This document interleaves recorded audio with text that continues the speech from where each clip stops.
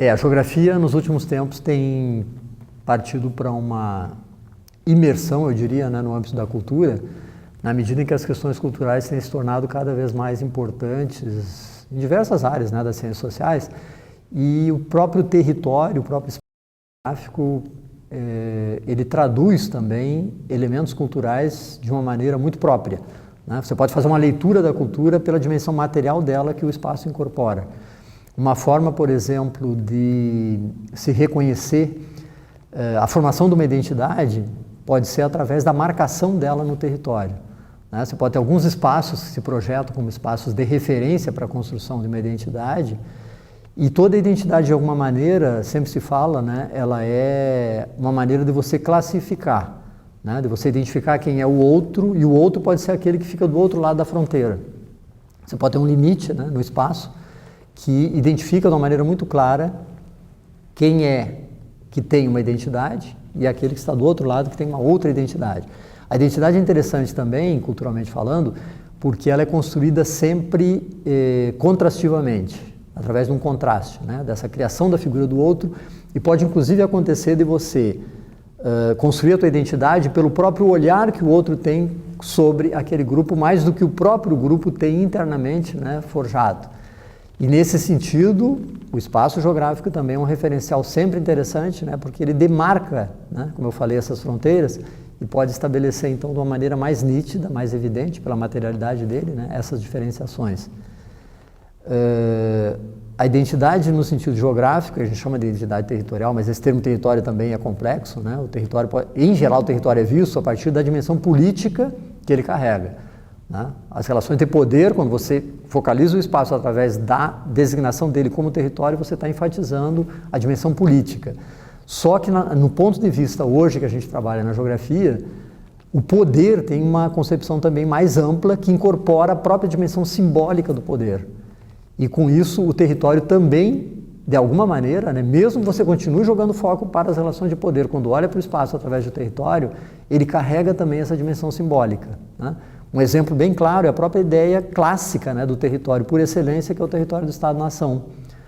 A ideia de nação é necessária para você incorporar essa concepção de território nacional. Não tem como, né? Se você não criar alguma identidade comum para todos que partilham, que convivem naquele território nacional, não tem como ele existir.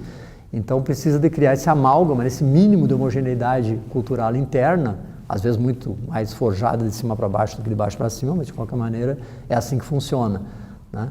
Então o território carrega, eu diria sempre, tanto uma dimensão mais concreta, né, mais coercitiva do poder, quanto essa dimensão mais simbólica, né, projetada, por exemplo, através da construção de uma identidade. E hoje aparecem também não só esses territórios que eu diria são de cima para baixo, né, construídos através de um poder hegemônico, mas também de baixo para cima, né? Vários movimentos de resistência aparecem hoje com uma base territorial também clara, como os povos tradicionais, né, os povos originários aqui da América Latina, que são um exemplo muito importante nas últimas décadas, porque eles conseguiram, inclusive a nível jurídico, né, o reconhecimento frente ao Estado, né, da existência desses grupos a partir da existência e da definição de um território. Às vezes muitos deles não tinham até clareza, né, na definição de uma área territorial específica, mas como agora é delegado pelo Estado, né, de que eles conseguem garantir os seus direitos pela garantia de um território, eles acabam definindo um território por força dessa política, né?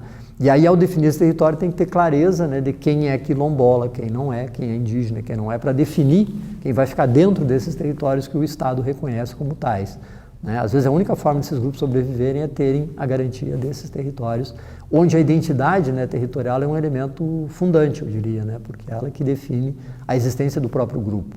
Tem autores aqui na América Latina, como Arturo Escobar, que falam até de um território no sentido mais amplo, no sentido ontológico, que seria no sentido da existência do próprio grupo, né? Ontológico seria do ser, da existência do grupo. Então, a existência dele se deve à existência do próprio território. Sem o território não existe aquele grupo indígena, ele está de tal forma impregnado na terra, impregnado na territorialidade, que ela é a condição de existência do próprio grupo, né? Aí eu diria que no caso da América Latina, pelo menos para esses grupos, a concepção de território fica amplificada, né? Ela tem uma concepção maior do que aquela clássica da geografia que define o território a partir das relações de poder no sentido mais estrito, né? Na origem era praticamente só o Estado que era sinônimo, né, de território, o território só existia a partir do território estatal. E hoje não, hoje você tem várias formas de construção territorial e eu gosto sempre de destacar, né, essas que eu chamo de baixo para cima. Como é que os movimentos de resistência também fazem uso do território para se fortalecerem e às vezes, como nesse caso os povos tradicionais, como única condição da existência do próprio grupo, né, é a condição também territorial desses grupos. Então há uma esfera imensa aí de trabalho, né, nessa interseção entre geografia e cultura, entre espaço e cultura, território e cultura. E dois conceitos da geografia que trabalham mais diretamente com a dimensão cultural, eu diria, além dessa interface que eu falei do território, né, com o poder, através do poder simbólico e da expressão também de autores que dizem que toda cultura é política ou então não é cultura, ela tem que estar envolvida em relações de poder, mas a geografia tem dois conceitos que mais propriamente são conceitos ligados à dimensão cultural do espaço, que é o conceito de lugar e o conceito de paisagem, né? O conceito de lugar é aquele que dá conta da dimensão vivida do espaço. A condição identitária está como centro, né? O núcleo fundante do conceito de lugar. Ainda que hoje, autores mais à frente aí desse debate definam o lugar não pela singularidade cultural estrita que aquele espaço tem, como se aquele grupo tivesse uma cultura própria que só existe ali e não existe em nenhum outro lugar do mundo, porque a globalização hoje permite você, né, ter uma interlocução imensa de elementos identitários e culturais, principalmente com os migrantes, né, que estão num canto e no outro do mundo. Alguns autores, como Adorem Massi, vão definir o lugar como, tudo bem, dotado ainda de uma singularidade, né, de características próprias, mas não são os fenômenos que só existem ali naquele lugar, é a combinação dos fenômenos que é única. Isso é bem interessante, né? Por exemplo, tem imigrante indiano no mundo inteiro, tem imigrante chinês no mundo inteiro, mas em cada lugar do mundo em que eles estão situados, eles se combinam de uma maneira muito própria, né? Então, eu falo, tem indiano até aqui em Santa Maria, tem uma loja lá de indianos, né? Mas eles se combinam com as culturas locais de uma maneira muito distinta em relação a outros lugares, né? Então, são fenômenos que podem existir em vários lugares do mundo, mas se combinam de maneira diferente, dando característica para o lugar a partir da especificidade da combinação de elementos e não dos elementos em si mesmos. Não sei se isso, né, fica claro, mas é a mudança que a globalização promove, né, na construção cultural dos lugares através dessa multiplicidade, né, de interseções que principalmente o migrante que está aí em diáspora pelo mundo inteiro acaba promovendo. E o outro conceito é o conceito de paisagem, né, que na origem, na geografia clássica, era basicamente moldado pela ideia de morfologia. Tem até um texto clássico do Carl Sauer que se chama Morfologia da Paisagem. Eram as formas físicas, né, da paisagem, as formas materiais é que eram enaltecidas como elemento principal da paisagem. Hoje, grande parte dos autores que acionam o conceito de paisagem é para trabalhar com a representação do espaço, as formas com que ele é representado, né? E aí todo esse jogo de imagens, né, que você tem, paisagens que são escolhidas, né, como uma imagem símbolo de um determinado lugar e que projetam ele a partir desse elemento. Então você tem várias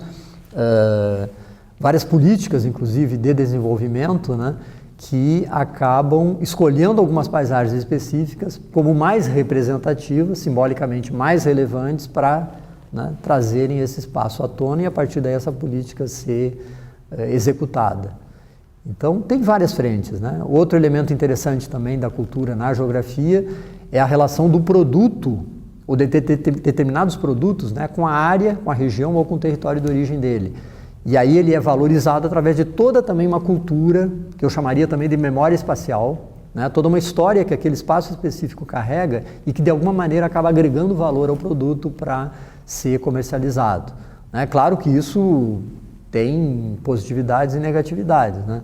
Você pode trabalhar isso a partir de um grupo hegemônico que tem interesses próprios e que acaba ficando mais hegemônico ainda a partir dessa política, como pode também valorizar o camponês, aquele que está lá no interior, né, que estava numa situação mais precária e que acaba melhorando um pouco da situação a partir dessa mobilização, né, cultural também, dessa espécie de, eu não gosto muito desse termo, capital simbólico, mas alguns autores usam isso, né, um capital simbólico que aquele grupo acaba carregando para valorizar também a sua produção. Então, são múltiplos caminhos, né, que você tem para transitar e para trabalhar a relação entre cultura e geografia, espaço e dimensão simbólica também da realidade, se a gente quiser trabalhar com uma visão um pouquinho mais estreita, né, de cultura, Mas cultura, na verdade, é toda a materialidade e a imaterialidade, né, que nos envolve enquanto, né, indivíduos e grupos que dão sentido, né, para o mundo e para a vida. E isso, para mim, é cultura, né? É essa criação, né, de valor e de sentido para aquilo que a gente faz, seja através de objetos, né, materiais, seja através de símbolos também, que você impregna, né, o mundo dessas simbologias. E isso, claro, pode ser trabalhado, né, positiva ou negativamente, dependendo dos sujeitos e das lutas que estão em jogo.